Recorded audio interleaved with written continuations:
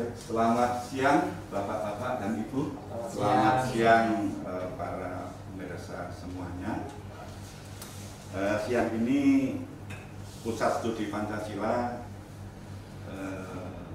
mendapat tamu yang sangat luar biasa.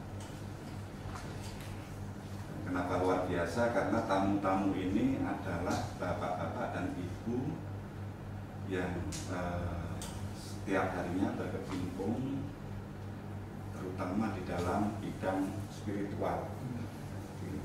Beliau ini adalah para pemuka agama dari Kabupaten Gunung Kidul yang mempunyai ide yang sangat menarik berkenaan dengan bagaimana membangun kerukunan antar penganut agama yang berbeda dalam kehidupan di masyarakat.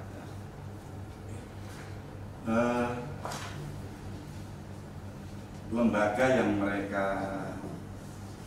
geluti atau mereka bina selama ini, yang mungkin masih banyak dari kita yang belum pernah mendengar ya, karena ini sifatnya masih belum nasional ya, tapi mungkin ini satu inisiasi yang dapat kita harapkan di masa depan ini akan dapat dilakukan dalam skala nasional. Jadi mereka terkecimpung di satu lembaga yang namanya Sekolah Kebinekaan ya, di Kabupaten Gunung Kidul, Daerah Istimewa Yogyakarta. Nah, siang hari ini kita akan membincang di seputar eksistensi lembaga ini. Ya, jadi, nah, mungkin perlu kami perkenalkan dulu ya. Yang pertama, beliau adalah Bapak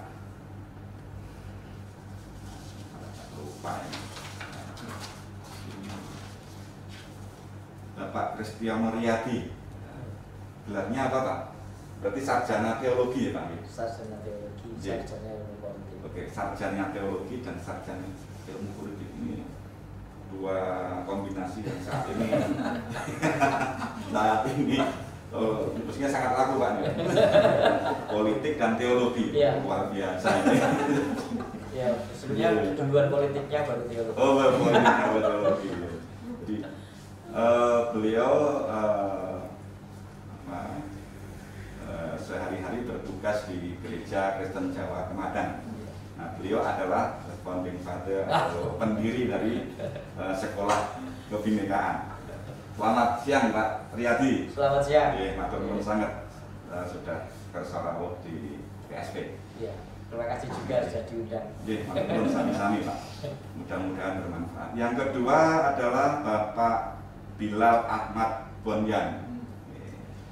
Bapak Bilal Ahmad Bonyan ini pendakwah yang ditugaskan oleh Amir Ahmadiyah Indonesia untuk bertugas di Gunung Kidul, Jadi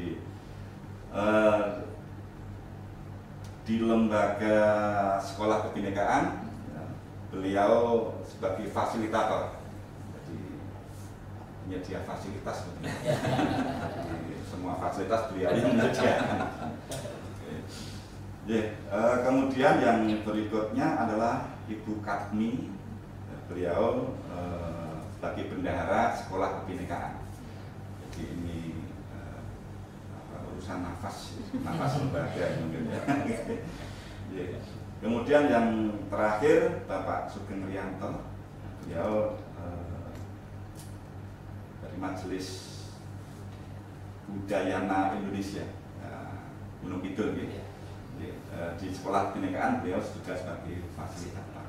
Jadi inilah 4 tokoh yang alhamdulillah dapat hadir pada acara kita siang ini.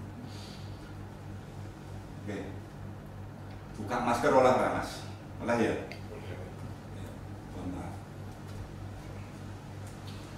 Nah, saya akan mulai dari Pak Kristiano Riyadi nih Pak Kristiano. Jadi ini menarik ini. Jadi memang latar belakang atau modalitas sosial bangsa Indonesia itu kan majemuk Pak, Ya. majemuk, sehingga butuh satu usaha ekstra bagaimana agar bertolak dari kemajemukan dapat dibangun integrasi yang kuat. Ya. Kan sekali lagi integrasi antar komponen bangsa itu menjadi kunci eksistensi suatu bangsa. Ya. Dalam hal ini bangsa Indonesia. Nah, terkait dengan sekolah kebinekaan Pak, Ya. jadi ini sepertinya bertolak dari sebuah kesadaran ini bahwa merawat integrasi, bertolak dari kebinekaan itu sesuatu yang harus dilakukan terus-menerus. Ya. Nah, saya pengen cerita Pak ini Pak, latar belakangnya apa ini? Latar belakang sehingga sekolah kebinekaan itu dibentuk atau didirikan atau dilaksanakan. Monggo Pak, Ya. Pak Kristiono. Ya, baik. Memang benar bermula dari ada perbedaan-perbedaan yang terjadi ya. Dan itu seringkali arus utamanya waktu itu kan penyeragaman. Jadi dibawa kepada keseragaman. Sehingga kemudian ada nuansa yang berbeda itu bukan teman, tapi yang berbeda itu lawan, yang gitu. Nah itu kan sangat bertolak belakang dengan semangat dari bangsa kita yang punya semboyan Bhinneka Tunggal Ika. Jadi kemudian, dan itu sering menimbulkan masalah dalam relasi antar umat beragama. Ketika ada umat beragama yang berbeda, ada masyarakat yang kemudian masih melakukan penolakan atas kehadiran mereka. Di Gunung Kidul sekitar tahun 2014 itu ada beberapa persoalan yang terkait dengan penolakan keberadaan umat beragama yang berbeda dan penghayat kepercayaan yang berbeda. Maka kemudian kami tergelitik untuk kemudian melakukan edukasi bagi masyarakat, terutama bagi remaja. Sebab kami meyakini kalau dari remaja mereka sudah bisa diajak udah prasangka. Jadi kan ada selama ini ada prasangka-prasangka bagi umat beragama yang berbeda dengan mereka itu, maka itu harus dibongkar. Maka kemudian kami memperkuatnya kesadaran bahwa ada keberagaman, ada perbedaan. Tapi keberagaman dan perbedaan itu bukan penghalang untuk mereka bisa bersatu. Bukan menjadi penghalang untuk mereka bisa berintegrasi ya, menyatu menjadi satu kekuatan. Itu sesuai dengan semboyan Bhinneka Tunggal Ika. Cara yang selama ini dilakukan kan hanya perjumpaan sesaat saja, 1-2 jam. Menurut kami kalau hanya 1-2 jam itu kurang. Maka kami menginisiasi mereka masih harus tinggal bersama, live in. Kemudian untuk membongkar prasangka buruk bagi umat beragama yang lain, harus bersama-sama berjumpa dan tinggal secara bergantian di komunitas agama tertentu itu. Maka kemudian kami menemukan suatu konsep sekolah kebinekaan ini yang dilakukan dengan cara live in. 2 hari live in tinggal di komunitas gereja, berikutnya lagi pindah ke komunitas Hindu, ke komunitas Buddha, dan seterusnya dan seterusnya. Jadi semua akan merasakan bagaimana tinggal bersama selama 2 hari, bisa berbagi, bisa melihat itu kemudian dan merasakan ada dalam kebersamaan. Sehingga mereka, oh yang berbeda itu masih tetap memungkinkan untuk bersatu. Jadi latar belakangnya memang satu mindset yang berkembang di masyarakat bahwa integrasi itu harus dibangun berdasarkan homogenitas, sehingga harus diseragamkan. Dan ini mau tidak mau kan ada satu upaya menegasikan kelompok yang berbeda tadi. Dan ini justru yang dicapai bukan integrasi. Oke, jadi memang kalau kita bicara tentang persatuan itu mengindikasikan atau ada sinyal di situ Pak. Yang bersatu itu kan yang berbeda. Maka bagaimana diseragamkan? Kalau bahasa agamanya perbedaan kan sunatullah itu ya Pak Bilal ya.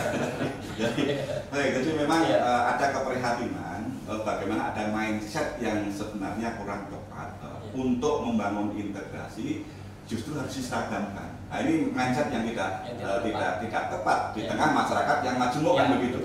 Karena apa? Kalau harus diseragamkan tentu ini ada upaya menegasikan yang kelompok yang berbeda. Dan justru yang dicapai bukan integrasi, bukan persatuan. Oke, jadi pesannya ditangkap Pak Niyati. Oke. Kalau bicara latar belakang tentu bicara latar depan Pak ya. Itu kalau rumahnya bukan KPR Pak. Dia ada latar belakang, ada latar belakang. Kalau rumahnya KPR nggak ada latar belakang. Semua kamar itu. Paling maju. Jadi kalau ada latar depan, ada latar belakang. Jadi orientasinya apa yang ingin dicapai tadi Pak? Ya, ada pemahaman. Sekali lagi, pertama memang kita capaiannya udara prasangka. Dari udara prasangka kemudian ada pemahaman antar komunitas umat beragama itu, lalu kemudian dicapai ada kedepannya ada kerjasama. Bagi kami memahaminya bahwa yang namanya kerukunan itu memang mulai dari tidak ada masalah antar umat beragama. Tapi kalau tidak ada masalah, tapi tidak ada relasi yang baik, itu kan tidak ada atau kurang ya. Maka kemudian dari tidak ada masalah harus meningkat menjadi kerukunan yang terjalin serasi, harmoni. Tapi kemudian harus meningkat lagi sampai pada ada kerjasama antar umat beragama. Nah ini yang kemudian ingin kita capai ke depan.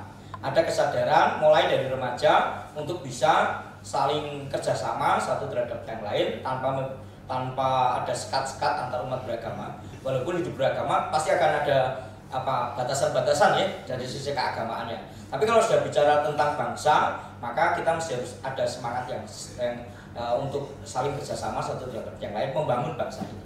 Gitu. Jadi kedepannya seperti itu. Jadi kalau saya menangkap sebenarnya orientasinya adalah membangun sikap inklusif. Betul, ya.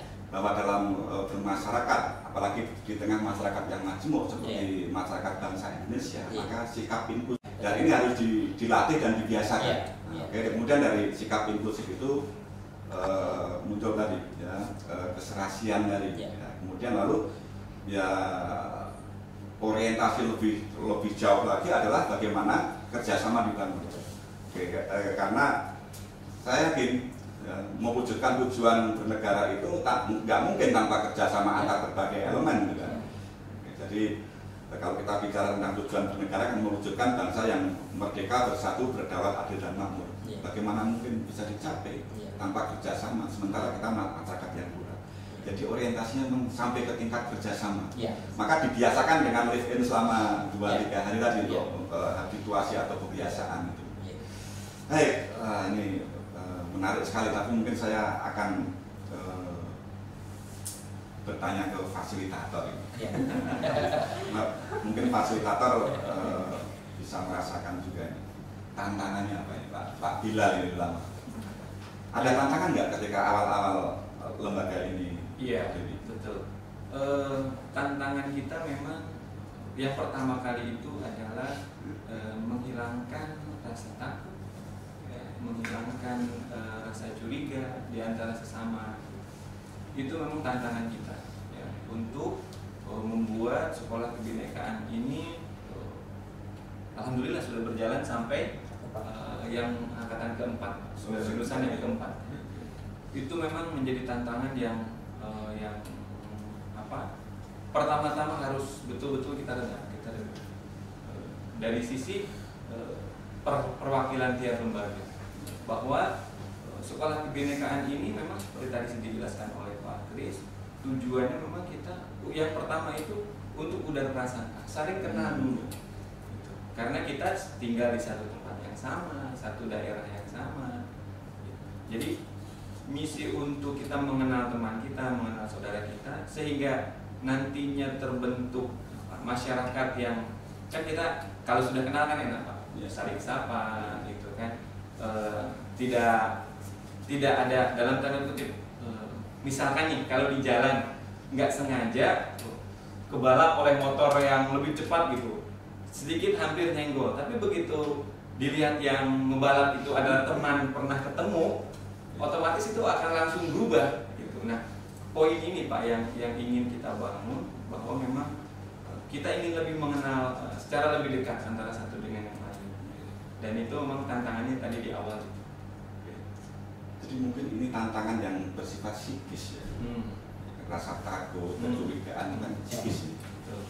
Tantangan yang lebih konkret ada nggak kira-kira? Kalau respon masyarakat mungkin ketika ini kalau kita bicara tentang kepercayaan keyakinan kan, ini apa lagi ini? Ini apa lagi? Agama kok kayak gitu ya? Karena kita memang mengadakan kegiatannya itu kan selalu di lingkungan tempat ibadah ataupun komunitas yang bersangkutan. Misalkan kemarin kita yang angkatan keempat kita mengadakan kegiatan di Wihara Siraman, Wonosari. Nah tentunya juga pengurus dari teman-teman Wihara Siraman sudah berkomunikasi dengan pemerintah setempat gitu. Mereka pun sudah disampaikan bahwa kami akan ada kegiatan namanya sekolah kebinekaan, nanti kumpul dari berbagai macam agama. Masyarakat setempat pada umumnya karena memang komunikasi tiap lembaga itu kami katakan baik ya Pak, sebagai tuan rumah ya, itu mereka komunikasinya baik dengan pemerintah setempat sehingga masyarakat pun tahu gitu, kegiatan sekolah kebinekaan ini. Jadi dua hal saya catat tadi, mungkin hambatannya dari aspek psikis para penganut agama itu sendiri. Jadi mungkin ketika mereka akan terlibat di sekolah kebinekaan, mungkin mereka takut jangan-jangan dicap berbeda dengan komunitasnya, oleh komunitasnya. Mereka masuk ke kebinekaan ya, jadi ada rasa takut tadi. Karena memang kalau kita lihat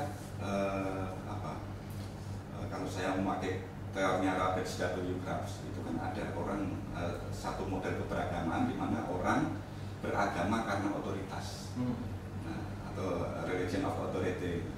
Jadi religion of authority itu biasanya terjadi di masyarakat awam. Dan mereka sangat patuh, sangat taat dengan pemuka agamanya. Jadi apa yang dikatakan oleh pemuka agamanya itu yang dianut. Dan biasanya keberagamaan ini disertai rasa takut biasanya. Nah, boleh jadi juga mungkin, saya tidak tahu persis bagaimana perjuangan mendirikan sekolah kebinekaan ini. Mungkin ada tidak ini respon-respon negatif dari pemuka agama tertentu misalnya. Tentu tidak perlu menyebutkan agama baik, tapi ada nggak respon-respon yang kurang mendukung misalnya? Karena dengan begitu kalau ada respon yang kurang mendukung, lalu umat beragama itu akan ketakutan juga ya ketika bergabung ke sekolah ini. Gimana nih? Ini monggo yang mau menjawab. Ya, ini memang ada ya, ada respon yang agak negatif ya melihat ini. Tetapi memang karena ada kekhawatiran di kelompok tertentu itu ada kekhawatiran ketika ada perjumpaan antar umat beragama itu akan sangat mempengaruhi nilai keimanan, gitu ya. Atau ada kekhawatiran kalau nanti berjumpa dengan kelompok agama yang lain akan terjadi perpindahan agama.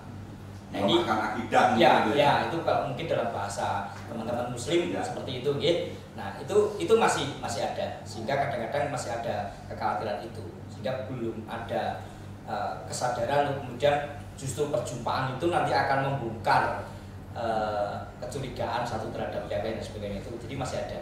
Maka kemudian masih ada yang memberikan catatan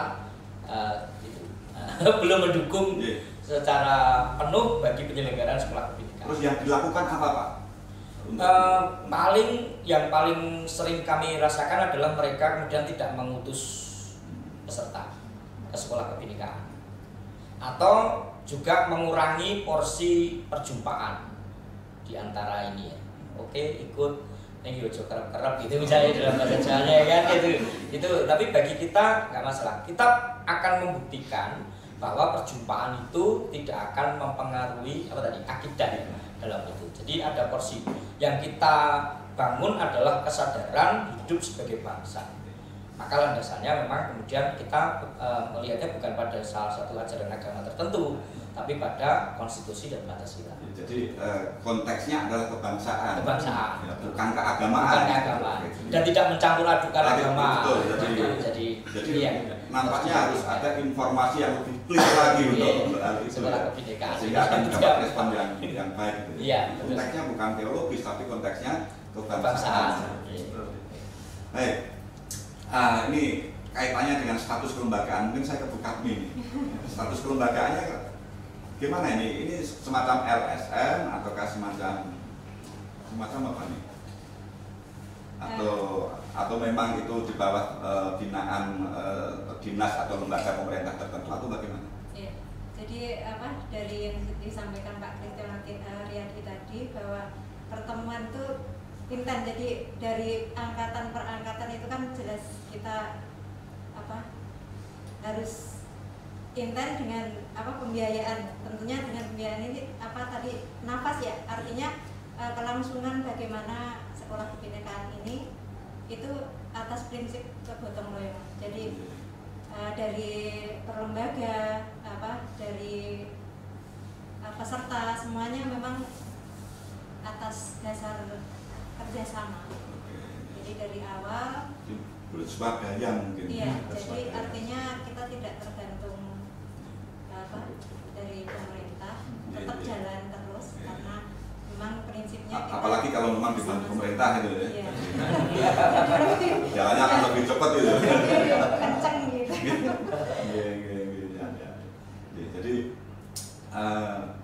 Jadi ini lembaga swadaya murni kalau kita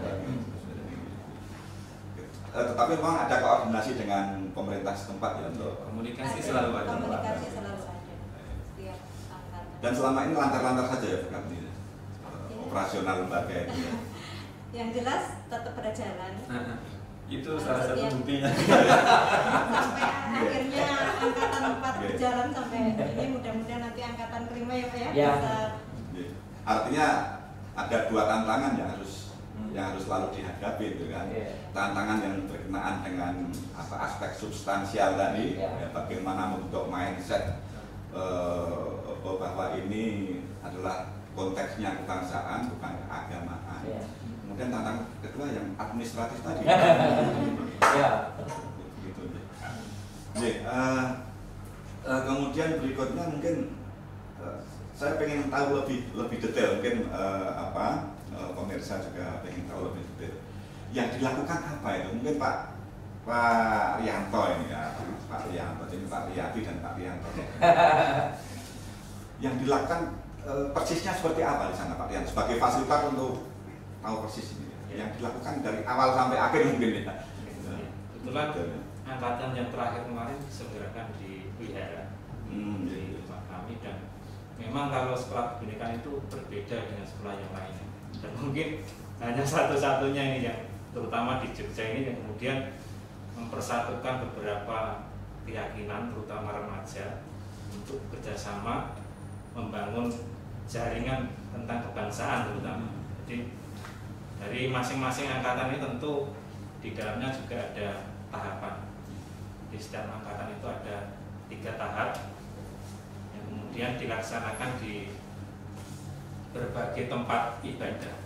Misalnya angkatan pertama di Wihara, kemudian angkatan yang kedua di Pura, kemudian yang angkatan yang ketiga di setiap angkatan ada 3 tahap itu ya? Ya. Di tempat yang berbeda. Di tempat yang berbeda, setiap tahapannya. Jadi kemudian di dalam itu terjadi sebuah kerjasama dan diskusi yang sangat menarik tentunya. Yang tadi udara prasangka tadi, yang kemudian mungkin ada teman-teman kita yang kok di Wihara itu ada patung besar itu apa sih maksudnya? Nah, kemudian di situ ada sebuah komunikasi yang baik dan menyadarkan semuanya tentunya.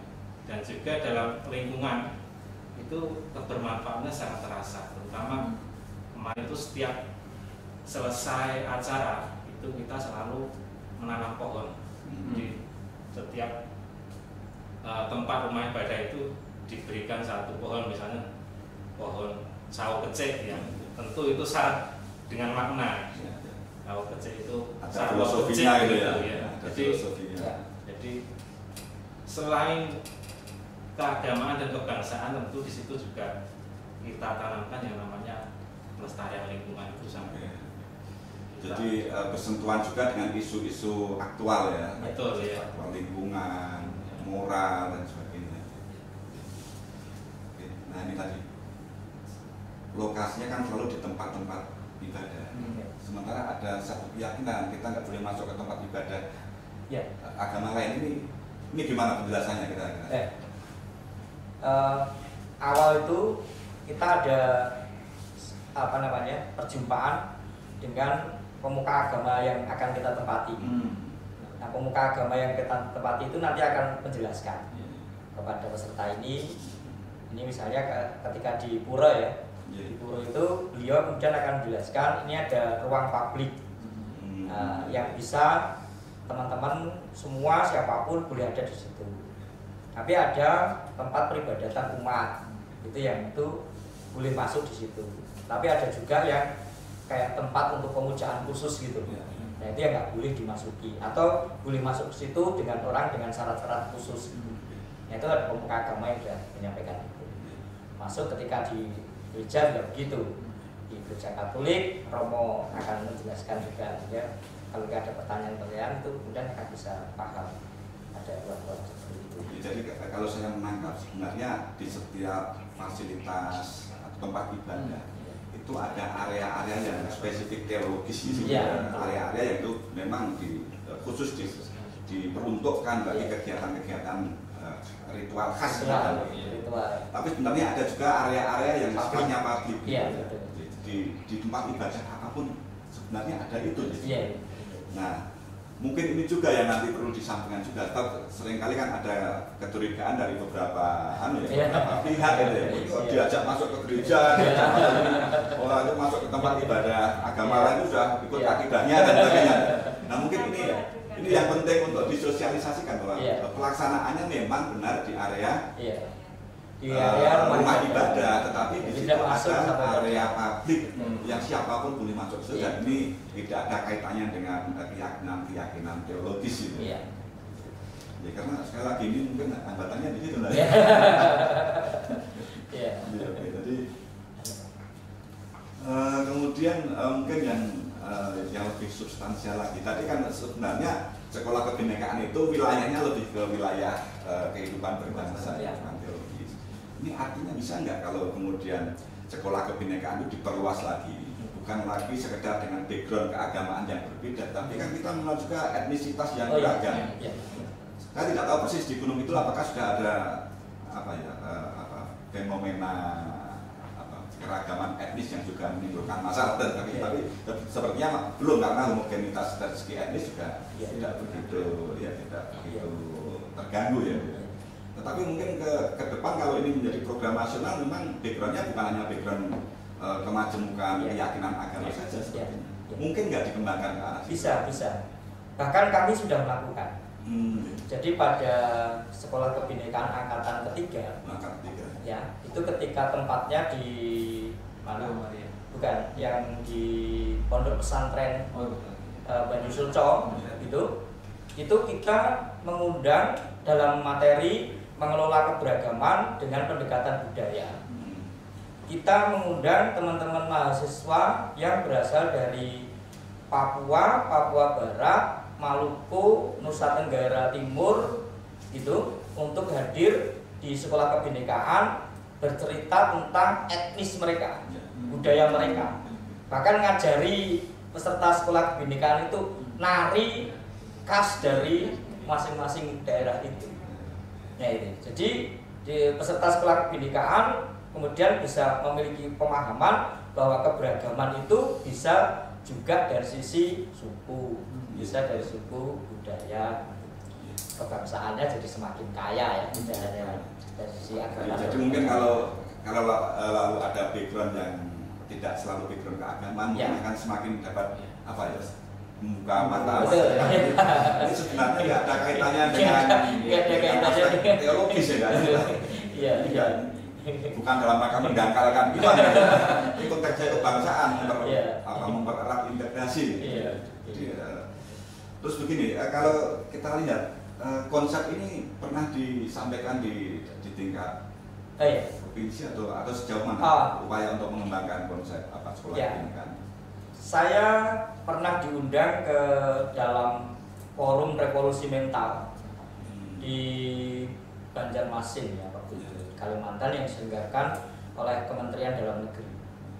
Diundang bersama dengan Pak Kiai yang dari Kuningan, Jawa Barat, kemudian Kepala BPIP Pusat. Kami bertiga menjadi narasumber. Saya diundang untuk menceritakan tentang sekolah kebinekaan. Nah ini kemudian kami buka apa latar belakangnya dan apa yang sekarang ini sudah kita lakukan dan seterusnya. Nah, itu kemudian karena ada juga yang rawuh itu kan dari Badan Kesbangpol se-Indonesia. Maka kemudian kami setelah itu kemudian ada dari Kesbangpol DIY, walaupun yang di Kesbangpol Kabupaten juga sudah merespon ya, karena awal kami kami mengadakan sekolah kebinekaan itu kan sudah sowan ke Ibu Bupati waktu itu, Pak Wakil Bupati, Ketua DPRD, itu kita sudah sowan. Jadi sudah perso, maka kemudian ketika saya cerita di Banjarmasin itu pulangnya itu kemudian ada respon dari Kespangpol DIY, dan sampai sekarang ini makanya kemudian kemarin yang terakhir didukung dari Kespangpol DIY untuk penyelenggaraan yang acara Sinau Pancasila. Bukan, sebelumnya ya itu ada sekolah kebinekaan angkatan yang keempat. Ya, yang tadi disampaikan di Wihara Siraman. Yang ketiga itu kan tahun 2019. Tapi kemudian tahun 2020 kita nggak ada karena pandemi COVID ya. Tapi kemarin didukung dari Kespangpol DIY, kita diminta secara virtual. Meskipun ada tantangan ya kalau secara virtual itu ya, gimana menjalin perjumpaannya itu. Ya, maka kemudian ada gabungan antara semangat bertemu menghilangkan kebinekaan agak terhambat virtual. Itu ceritanya. Jadi ya kita ada upaya-upaya untuk juga mempublikasikan ya sekolah kebinekaan ini dan menyebarluaskan pemahaman bahwa ini memang dalam kerangka untuk memperkuat semangat kebangsaan. Gitu. Oke, kalau begitu kan tantangannya di kurikulum sebenarnya. Ya, iya. Ada kurikulum bakunya ada nih Pak Gila. Kalau kurikulum sebenarnya teman-teman sudah bikin paling tidak garis besarnya. Garis besarnya. Tidak secara poin-poin karena kan disesuaikan dengan perkembangan juga. Disesuaikan dengan perkembangan. Dan poin-poin utama ya yang berkaitan dengan pengenalan itu supaya kita saling mengenal antara satu dengan yang lain. Nah, untuk salah satu udara prasangka yang menurut saya menarik sekali itu kita ini ada satu materi jumpa tokoh jumpa tokoh agama. Jadi misalkan menghadirkan Pak Kiai, kemudian peserta bertanya tentang Islam gitu. Jadi peserta ini betul-betul mendapatkan informasi langsung dari sumbernya. Di situ tuh mereka bertanya langsung gitu. Nah, kemudian juga ketika misalkan kunjungannya di pondok ya, kemarin acara yang sebelumnya di pondok itu juga mereka nanya juga. Nah, udara prasangkanya itu lebih terlihat dengan materi atau dengan sub pembahasan yang seperti itu. Itu hanya salah satu saja. Nah, itu menurut saya yang boleh dibilang tujuan kita untuk udara prasangka itu sangat terasa. Jadi tidak lagi katanya gitu kan. Jadi anak-anak itu tidak lagi katanya. Untuk mengetahui sesuatu itu langsung dari sumbernya. Jadi bisa berubah bisa yang selama ini mereka gambarkan seperti apa. Mungkin secara spesifik Pak Gila. Misalnya tadi ada udara prasangka. Jadi semacam pokok bahasan ya atau semacam apa itu? Kalau di kurikulum kita kan silatus itu ada pokok bahasan pertama, kedua, dan seterusnya. Tadi kan ada 3 tahap juga ya? Iya, 3 tahap. Nah, kira-kira di dalam tahap-tahap itu, materi apa yang disampaikan itu? Tadi ada udara prasangka misalnya. Ya, kemudian ada jumpa tokoh gitu kan? Ada juga manajemen konflik ya Pak? Ya, ada manajemen konflik juga. Jadi runtutannya, awal itu memang kemudian ada materi Pancasila dan konstitusi sebagai basis pengelolaan kebinekaan. Ya, itu kita negara ya, paham itu landasan pertama ya, materi pertama yang mereka terima. Lalu kemudian dari mereka justru yaitu sharing pengalaman baik mereka dalam kebinekaan. Best practice. Ya, best practice-nya yang mereka rasakan ya. Lalu kemudian setelah itu ada teori keberagaman, teori tentang identitas dan pengelolaan kebinekaan. Jadi mereka belajar mengenal identitas dan itu kemudian dalam mengelola kebinekaan. Setelah itu ada materi-materi banyak tentang pengelolaan keberagaman. Misalnya dengan pendekatan budaya, dengan pendekatan media, dengan pendekatan pendidikan, dengan pendekatan HAM. Dia ada beberapa yang luar biasa nih materinya betul. Ya, sangat sistematis. Ya, gitu. Jadi itu. Tapi memang ada kemudian pengelolaan perjumpaan yang mereka lakukan di luar kelas, gitu ya. Misalnya ketika saatnya sholat maghrib, ketika mereka mendengar adzan, maka mereka akan berhenti. Dan yang harus melakukan sholat, ya mereka akan sholat. Yang lainnya mengamati dan bertanya pada dirinya sendiri. Perasaannya gimana sih kalau lihat temannya sholat? Yang tidak sholat. Nah, itu lalu yang paginya kan biasanya ini Sabtu Minggu ya. Minggunya ketika ada temannya yang harus ke gereja, apa sih yang mereka rasakan ketika ada temannya yang harus ke gereja? Nah, dampaknya luar biasa. Bukan hanya mereka diam dan mempersilahkan mereka ke gereja, mereka mengantar teman-temannya yang harus ke gereja itu diantar oleh. Nah itu jadi pengelolaan dalam relasi mereka ini. Jadi memang ada materi yang sudah disistematisasi sehingga mereka bukan hanya mindsetnya saja tapi ada yang praktek. berubah dalam konteks integrasi bermula dari kemajemukan, tapi dalam prakteknya pun mereka bisa mengimplementasikan apa yang dia pikirkan, apa yang dia. Jadi ini kan sebenarnya sangat menarik kalau sosialisasinya sedemikian rupa ya. Kemudian begini Pak Bapak dan Ibu, dalam hal para alumninya itu apakah ada semacam wadah? Pertama apakah ada wadahnya, kemudian apakah ada misi tertentu yang ini biasanya kan kalau kita ingin melaksanakan sebuah misi biasanya kan kita nggak bisa menyambut seluruh lapisan masyarakat. Lalu yang kita undang itu kan trainernya, jadi ada training of trainer itu kan, TOT. Apakah ada semacam misi tertentu yang diberikan kepada para alumni itu ya sebagai semacam minoritas kreatif untuk membangun kebersamaan itu? Ya, jadi ada wadahnya namanya Gema Bhinneka. Gema Bhinneka. Ya, generasi muda kebinekaan. Nah ini kapan lahirnya Gema Bhinneka? Ketika mereka masuk setelah kalau yang angkatan 1 sampai angkatan 3 itu mereka melakukan kirab Pancasila. Jadi mereka melakukan kirab Pancasila menuju kepada malam inaugurasi.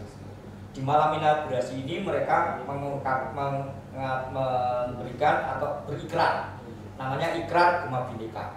Setelah itu mereka resmi dilantik sebagai anggota Gema Bhinneka, diterima sebagai anggota Gema Bhinneka. Itu pada malam inaugurasi. Nah setelah itu mereka ada di dalam wadah Gema Bhinneka. Itu mereka melakukan kegiatan-kegiatan dalam ikatan alumni itu. Kami para fasilitator ini hanya mendampingi. Mereka didorong untuk mengembangkan kreativitas. Misalnya yang pernah mereka lakukan bagi takjil ketika buka puasa bersama.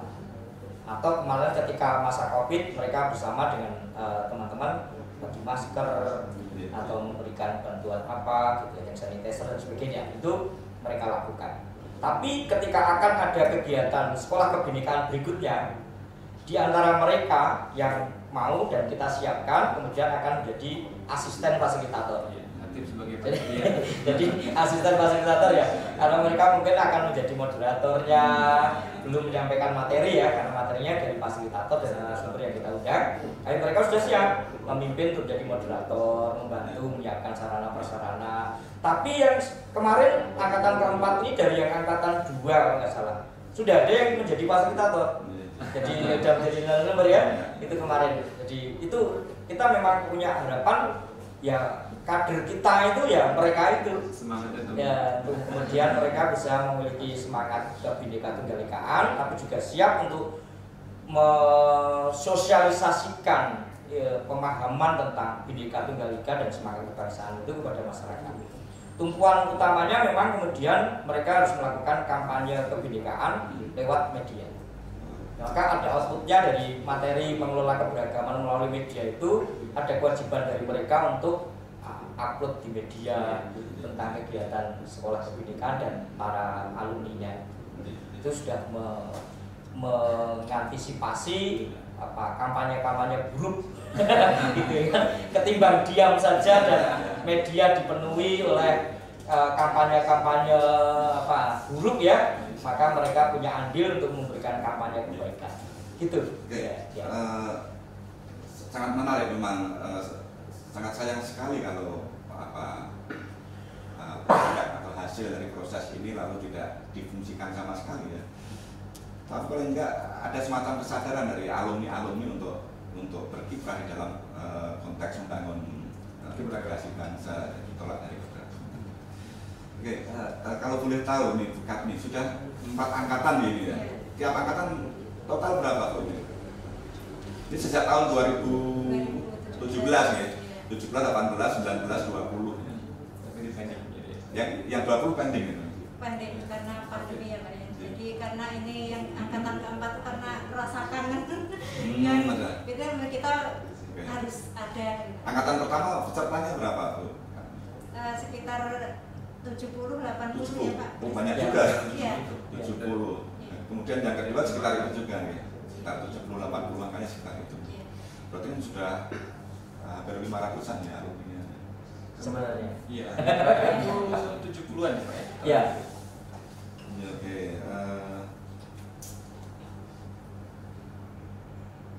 Kira-kira apa ini?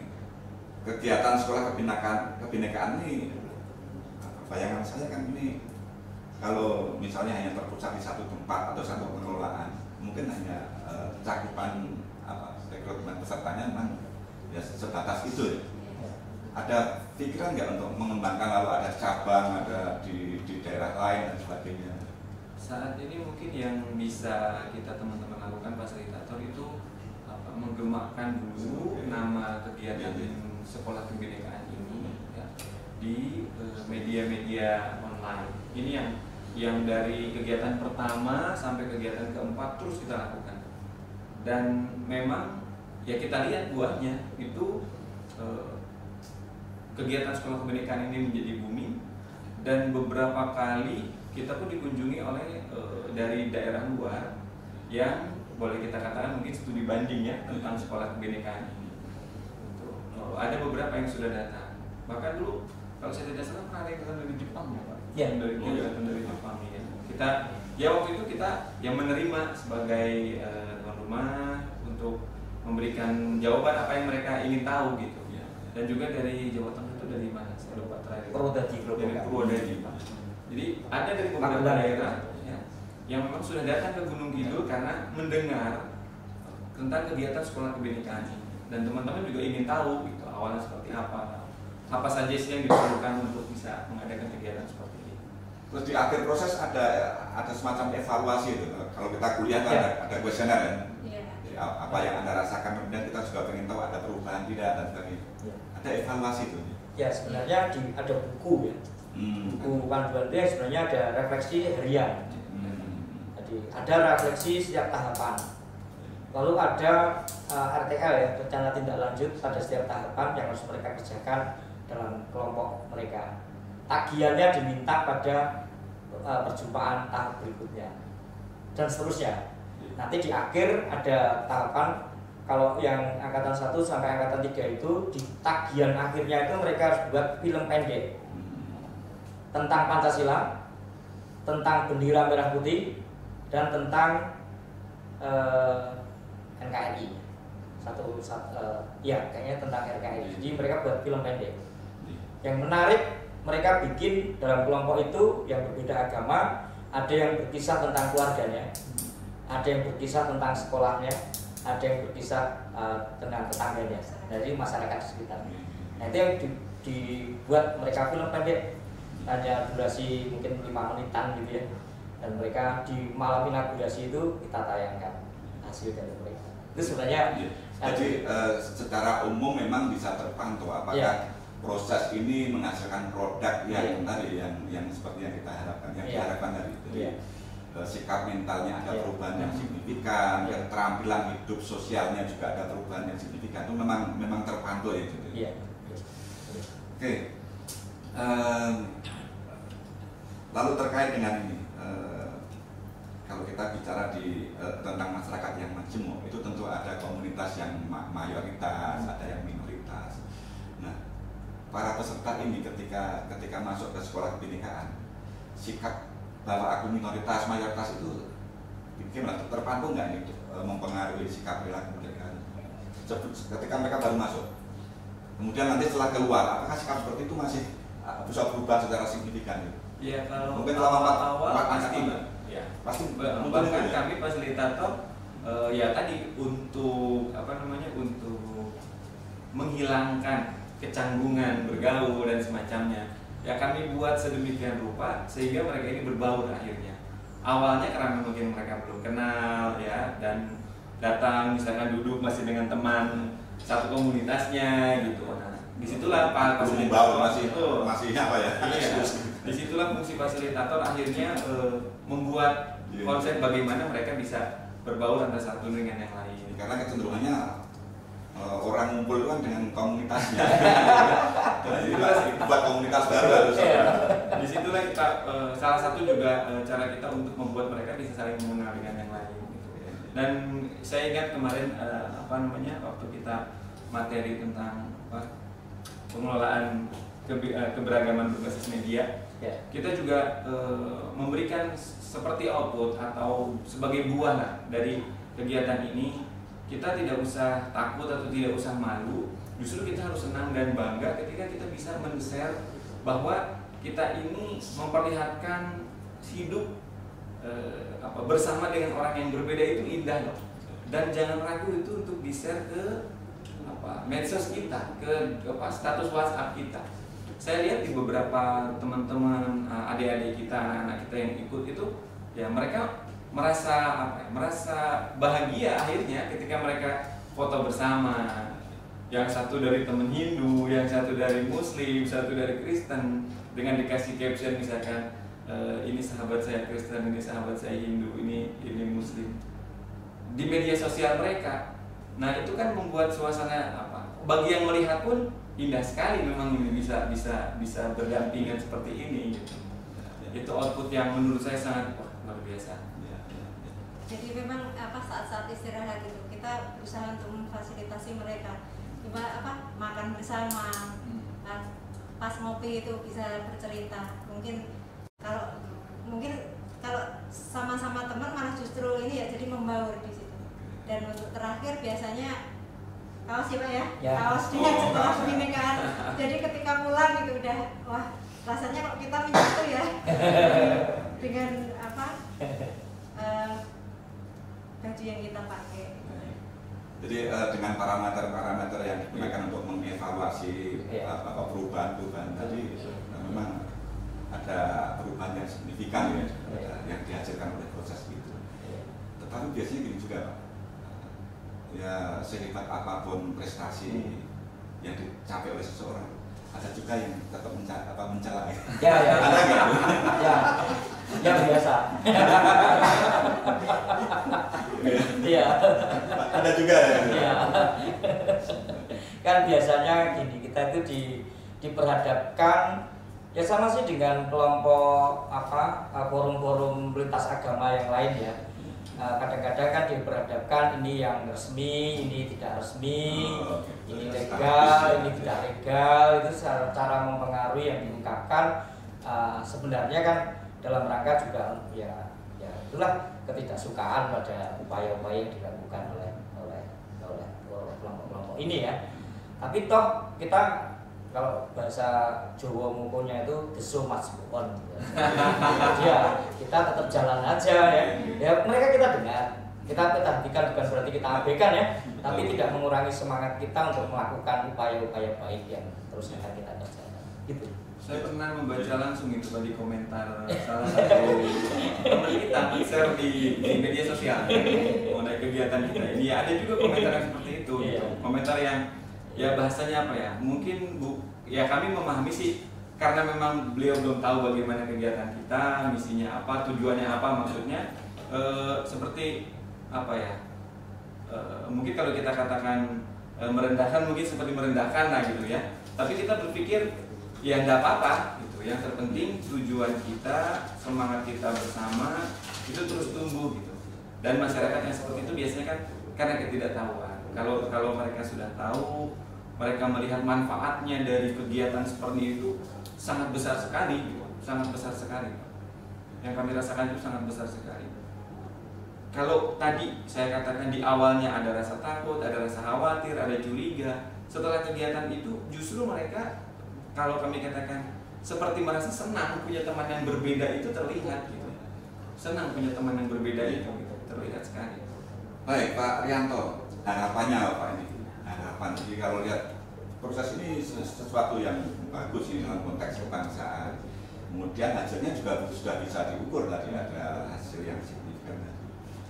Kemudian ternyata dari daerah lain juga banyak yang pengen belajar lalu mencoba untuk mungkin mengimplementasikan juga di daerah.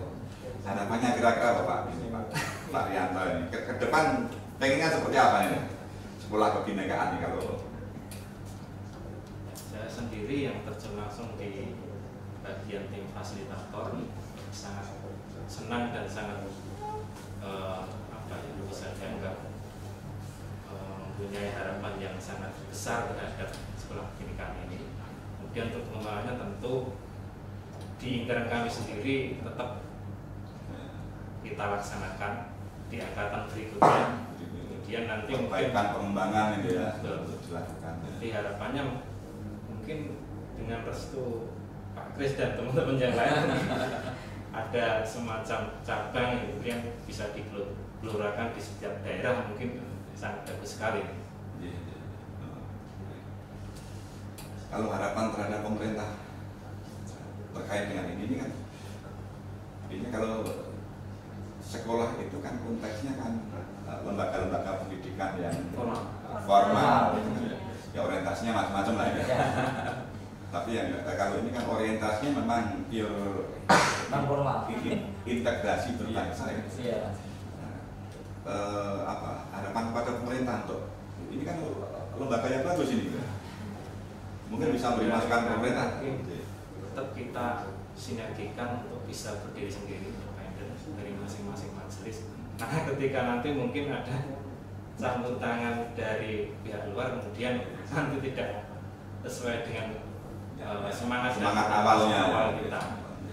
Kemudian tidak menutup kemungkinan untuk ke depan mungkin sekedar untuk pengembangan saja mungkin bisa kerjasama dengan pihak lain. Karena memang tidak bisa dipungkiri bahwa dalam konteks hidup bersama kerjasama tadi ya Pak ya.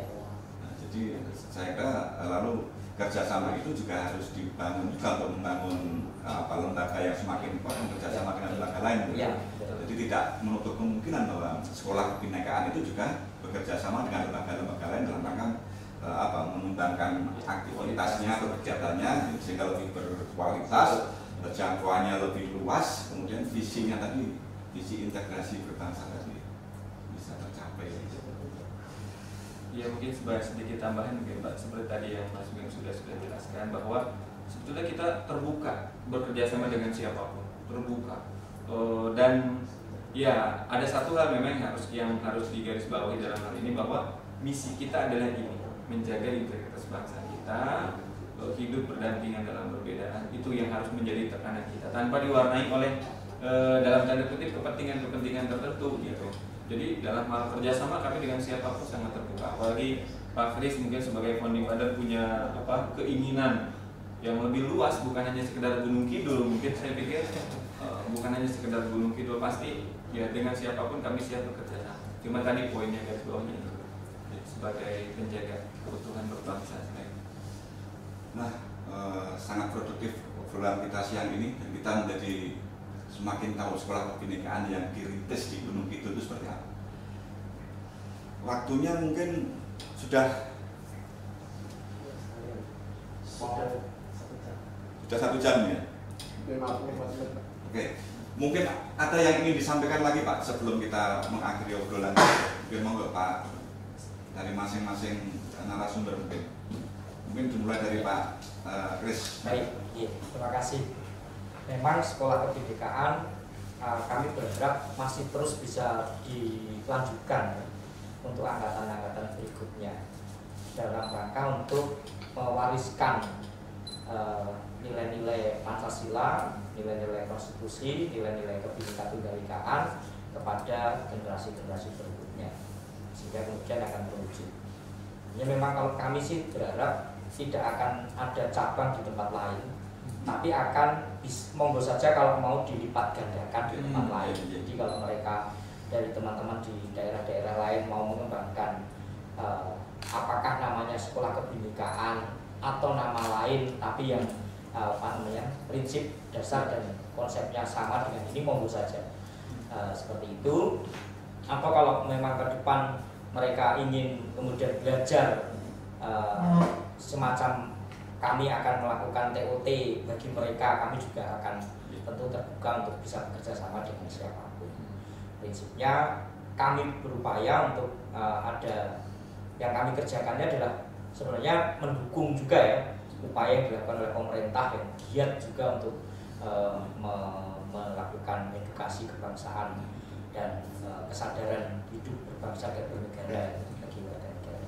Ini saja sekira yang menjadi harapan kami, dan tentu selama ini pemerintah sudah memberikan dukungan dan kami tetap terus itu akan berharap untuk ada dukungan supaya penyelenggaraan ini untuk bisa berlangsung. Tapi tentu bukan berarti lalu kemudian mengadopsi ya, itu yang tidak. Jadi kalau memberikan dukungan dan kerjasama oke, tapi tentu saya kemudian udah nih lah gitu karena ini tugasku ini ambilnya itu jangan. Tentu masyarakat akan ada banyak yang bisa melakukan model-model seperti itu. Itu menjadi kalau itu disinergikan, didukung, itu akan menjadi hal yang baik bagi bangsa. Saya kira akan dari saya. Mungkin dari Pak Bila ada? Ya, mungkin kalau dari saya hanya sebagai untuk pengingat bagi kita bersama saja Pak, bahwa kita ini satu dalam kemanusiaan, sama-sama manusia, kita satu dalam Indonesia. Artinya kita banyak hal yang bisa membuat angka kita menjadi satu. Kita satu orang Gunung Kidul. Ya. Jadi kesatuan inilah yang menurut saya sesuatu yang memang sudah ada gitu. Biarkan inilah yang bersatu. Sesuatu yang berbeda itu menjadi pewarna kita, itu menjadi indah. Kesatuan itu menjadi indah ketika ada berwarna-warni. Tapi tetap kita sebetulnya punya satu kesatuan sebagai manusia, sebagai bangsa Indonesia, sebagai orang Jogja, sebagai orang Gunung Kidul gitu. Mungkin itu saja Pak. Ya, monggo Pak Rianto ada yang mau?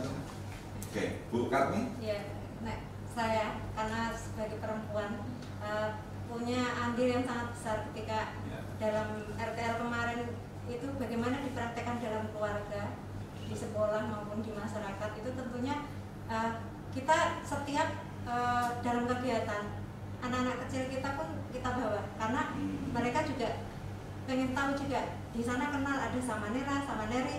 Jadi itu sesuatu yang beda, banyak pertanyaan sehingga nanti munculnya kita bisa ini apa, Pancasila. Pancasila itu apa persatuan seperti apa, kayak seperti itu. Jadinya memang ada keterkaitan antara dari perbedaan Bhinneka Tunggal Ika dengan Pancasila itu nanti kita terapkan di keluarga, itu nanti kita bisa tularkan dari masing-masing peserta. Kan di situ anggota sekarang ini karena di usia SMA, karena memang materinya yang bisa mencapai mereka memahami anak-anak seusia SMA, jadi bisa menerapkan di setiap keluarga. Terima kasih Bapak-bapak dan Ibu atas waktu dan informasinya serta juga pengetahuannya yang ditularkan pada umumnya para pemirsa yang melihat channelnya PSB ini. Jadi kalau saya bisa mengambil satu catatan bahwa sekolah kebinekaan ini sebenarnya bermula dari rasa keprihatinan dalam konteks berbangsa, di mana bahwa bangsa Indonesia adalah bangsa yang bermula dari kemajemukan.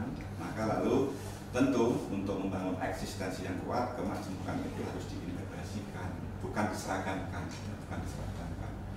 Maka lalu dibentuklah sekolah kebinekaan ini, yang sebenarnya bidang geraknya itu bukan pada, meskipun yang berperan di sana adalah bapak-bapak, ibu-ibu atau saudara-saudara kita dengan latar belakang agama yang berbeda-beda, tapi sebenarnya sekolah kebinekaan itu tidak bergerak di bidang agama, tetapi lebih bergerak pada bidang kebangsaan dan lebih dari itu bidang kemanusiaan. Jadi yang ditonjolkan adalah aspek-aspek kebangsaan dan kemanusiaan.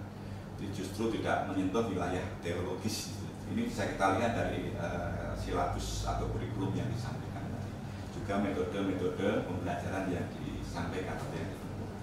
Nah, tentu ini satu contoh baik ya untuk dikembangkan di berbagai daerah ya. Apalagi kemudian tidak selalu harus pemerintah mengambil alih, tapi memberi dukungan yang cukup signifikan itu juga akan sangat membantu. Karena sesungguhnya inisiatif dari masyarakat itu justru yang dibutuhkan oleh pemerintah daripada program yang dari pemerintah ke masyarakat. Biasanya ada resistensi kalau itu. Tapi kalau muncul dari masyarakat biasanya itu akan disambut oleh masyarakat yang lain dengan antusias. Nah, tinggal lalu kalau istilah di dalam filosofinya diajar Dewantara kan Gatot Muri Handayani pemerintah itu kan begitu. Nah, saya kira demikian para pemirsa obrolan kita saat ini tentang sekolah kebinekaan. Mudah-mudahan membuka wawasan kita lalu menjadi atau memberikan inspirasi bagi kita dalam rangka membangun integrasi dalam kehidupan berbangsa di tengah masyarakat Indonesia yang bermula dari muda pemajukan.